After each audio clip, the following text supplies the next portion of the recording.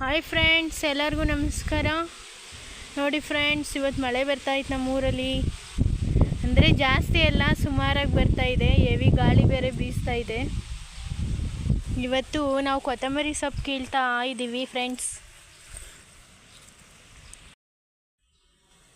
ನೋಡಿ, ನಾವು ಕೊತ್ತಂಬರಿ ಸೊಪ್ಪು ಕೀಳ್ತಾ ಇದ್ದೀವಿ ಇವತ್ತು. ಇದನ್ನು ಕಿತ್ಕೊಬಿಟ್ಟು ನಮ್ಮ ಕೈಯಲ್ಲಿ ಒಂದು ಹಿಡಿ ಆಗಂಗೆ ಕೀಳ್ಬೇಕು. ಫಸ್ಟು ಕಿತ್ಕೊಂಡಾದ್ಮೇಲೆ ದಾರದಲ್ಲಿ ಕಟ್ಟಬೇಕು ಒಂದು ಕಂತೆನ. ನೋಡಿ ಫ್ರೆಂಡ್ಸ್, ಕಿತ್ತಾದ್ಮೇಲೆ ಈ ಥರ ಕಂತೆ ಕಟ್ಟಬೇಕು. ನೋಡಿ, ಇಷ್ಟೆಲ್ಲ ಕಷ್ಟ ಬಿದ್ದು ರೈತರುಗಳು ಕೆಲಸ ಮಾಡ್ತಾರೆ ಫ್ರೆಂಡ್ಸ್. ಕಷ್ಟಪಟ್ಟು ಬೆಳೆದಿರ್ತೀವಿ. ಇದು ಸೊಪ್ಪು, ಕೊತ್ತಂಬರಿ ಸೊಪ್ಪು ಡೈಲಿ ದಿನನಿತ್ಯ ಬೇಕೇ ಬೇಕು. ಒಂದು ಸಾಂಬಾರಿಗಾಗಲಿ, ಒಂದು ತಿಂಡಿ ಮಾಡೋದ್ರಿಂದ ಹಿಡಿದು ಎಲ್ಲದಕ್ಕೂ ಬೇಕು.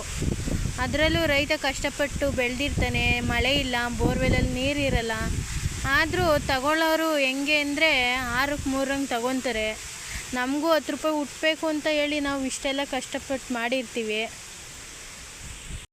ನೋಡಿ, ಕಷ್ಟಪಟ್ಟು ಬೆಳೆದಿರ್ತೀವಿ, ಆದರೂ ಲಾಸ್ ಆಗುತ್ತೆ. ಲಾಸ್ ಆದ್ರೂ ಸಹ ಬಿಡೋಕ್ಕಾಗಲ್ಲ, ಬೆಳಿಲೇಬೇಕು. ಪ್ರತಿಯೊಂದು ಬೆಳೆನೂ ಅಷ್ಟೇ, ಪ್ರತಿಯೊಂದು ಬೆಳೆಗೂ ಸಹ ಬೆಲೆ ಇಲ್ಲ ಇವಾಗ.